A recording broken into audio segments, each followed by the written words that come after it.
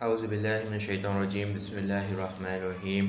سورہ الانفال آیت نمبر 21 میں اللہ تعالیٰ فرماتے ہیں اور ان لوگوں کی طرح مت ہو جانا جنہوں نے دھوکہ دہی طور پر کہا ہم نے سن لیا حالانکہ وہ نہیں سنتے۔ آیت نمبر 22 میں اللہ تعالیٰ فرماتے ہیں بے شک اللہ نے نزدیک جانداروں میں سب سے بہتر وہی بہرے گونگے ہے جو نہ حق سنتے ہیں اور نہ حق کہتے ہیں اور نہ حق کو سمجھتے ہیں بھی نہیں۔ آیت نمبر 23 میں اللہ تعالیٰ فرماتے ہیں اور اگر اللہ ان میں کچھ بھی خیر کی طرف کچھ خیر کی بات جانتا تو انہیں ضرور سنا دیتا، اور ان کی حالت یہ ہے کہ اگر وہ ان کے حق سنا دے تو وہ پھر بھی روگردانی کر لے اور وہ حق سے غیر ریاضی کرنے والے ہیں۔ آیت نمبر 24 میں اللہ تعالیٰ فرماتے ہیں اے ایمان والو، جب بھی رسول صلی اللہ علیہ وآلہ وسلم تمہیں کسی کام کے لیے بلائے جائے تو تمہیں جاوید آنے زندگی، یعنی جو بھی کام کر رہے ہو آپ وہ کام چھوڑ کے آنا ہے آپ کو۔ مطلب رسول اللہ جب اللہ تعالیٰ صحابیوں کو بولے کہ جب بھی آپ لوگ رسول اللہ بلائے تو جو بھی کام کر رہے ہو وہ کام چھوڑ کے ادھر آ جاؤ، اللہ تعالیٰ کے پاس آ جاؤ۔ بول رہے کیسا بول رہے اے ایمان والو، جب بھی رسول صلی اللہ علیہ وسلم تمہیں کسی کام کے لیے بلائے جائے جو تمہیں جاویدانِ زندگی، یعنی جو کبھی نہ مرتا، عطا کرتا ہے تو اللہ اور رسول صلی اللہ علیہ وسلم کی فرما برداری کرو کے ساتھ جواب دیتے ہو فوراً حاضر ہو جایا کرو۔ جان لو کہ اللہ آدمی اس کے قلب یعنی دل کے درمیان شان قریب خاص کے ساتھ موجود ہوتا ہے، اور یہ کہ تم سب اللہ کی طرف جمع کیے جاؤ گے۔ یعنی اللہ تعالیٰ شہر کے بھی قریب ہے، یعنی جو دل کے پاس ایک نس رہتی جس سے پورا باڈی چلتی اس سے بھی زیادہ قریب ہے جو بول اللہ تعالیٰ۔ آیت نمبر 25 میں اللہ تعالیٰ فرماتے ہیں اور اس فتنے سے ڈرو جو خاص طور پر صرف ان لوگوں کو پہچانے گا جو تم میں سے ظالم ہیں، بلکہ اس ظلم کے ساتھ دینے والوں اور اس پر خاموش رہنے والے بھی انہی میں شریک کر لیے جائیں گے، اور جان لو کہ اللہ عذاب میں سختی فرمانے والا ہے۔ آیت نمبر 26 میں اللہ تعالیٰ فرماتے ہیں اور وہ حق یاد کرو جب تم مکی زندگی میں تھوڑے تھے، یعنی اقلیت میں تھے، ملک میں دبے ہوئے تھے، یعنی معاشی طور پر کمزور تھے اور بے عزت کر دیتے تھے۔ تم اس بات سے بھی خوف زدہ رہتے تھے کہ لوگ تمہیں اچک لے جائے، یعنی سماجی طور پر بھی تمہیں آزادی اور اتحاد حاصل نہ تھا۔ ہجرت مدینے کے بعد اللہ نے تمہیں عذاب اور محفوظ ٹھکانہ عطا فرمایا اور اسلامی حکومت میں تمہیں اپنی مدد سے بخش دی، اور موقت مال غنیمت اور عذاب معیشت کے ذریعے تمہیں پاکیزہ چیزوں سے روزی عطا کی تاکہ تم اللہ کی بھرپور بندگی کے ذریعے اللہ کا شکر بجا لاؤ۔ آیت نمبر 27 میں اللہ تعالیٰ فرماتے ہیں اے ایمان والو، تم اللہ اور اس کے رسول صلی اللہ علیہ وسلم سے ان کے حقوق کی ادائیگی میں خیانت نہ کیا کرو اور نہ آپس میں امانت میں خیانت کیا کرو، حالانکہ تم سب حقیقت جانتے ہو۔ آیت نمبر 28 میں اللہ تعالیٰ فرماتے ہیں اور جان لو کہ تمہارے اموال اور تمہاری اولاد تو بس فتنہ ہیں، اور یہ کہ اللہ ہی کے پاس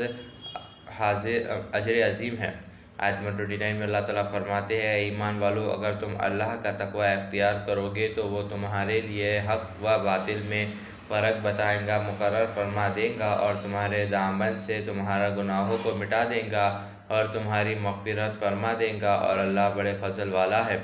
آیت نمبر 30 میں اللہ تعالیٰ فرماتے ہیں اور جب کافر لوگ آپ کے خلاف خفیہ سازش کر رہے تھے وہ آپ کو قید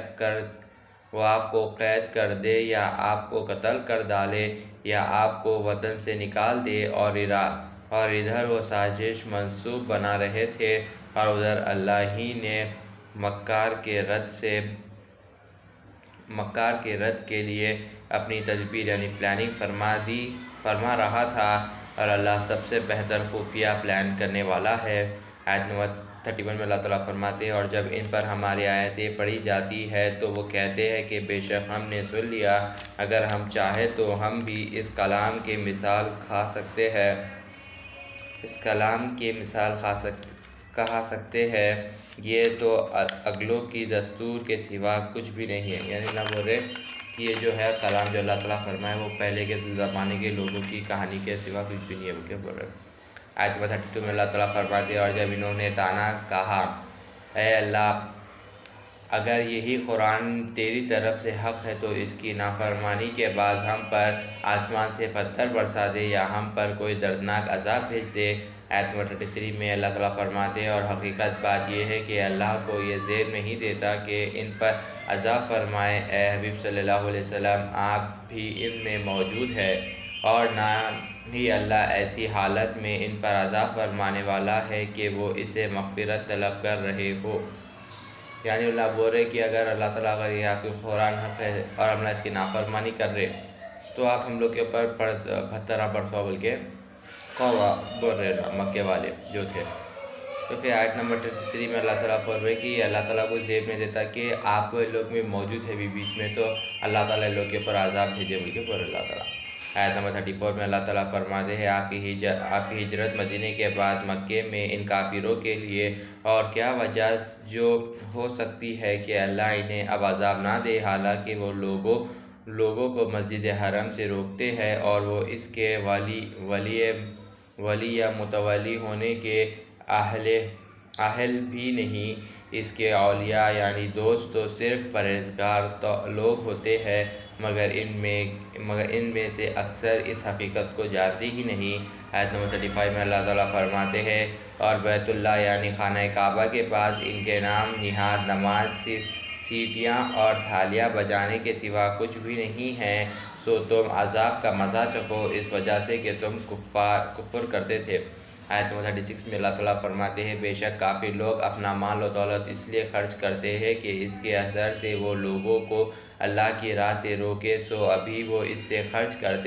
کرتے رہیں گے، پھر یہ خرچ کرنا ان کے حق میں پہنچتا یعنی حسرت و ندامت بن جائے گا، پھر وہ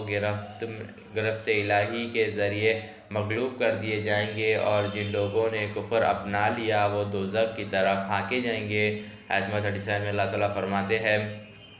تاکہ اللہ تعالیٰ ناپاک کو پاکیزہ سے جدا فرما دے اور ناپاک کو ایک دوسرے کے اوپر تلے رکھا دے اور سب کو ایک کٹھا ڈھیر بنا دے گا، اس ڈھیر کو دوزخ میں ڈال دے گا، یہی لوگ خسارے اٹھانے والے ہیں۔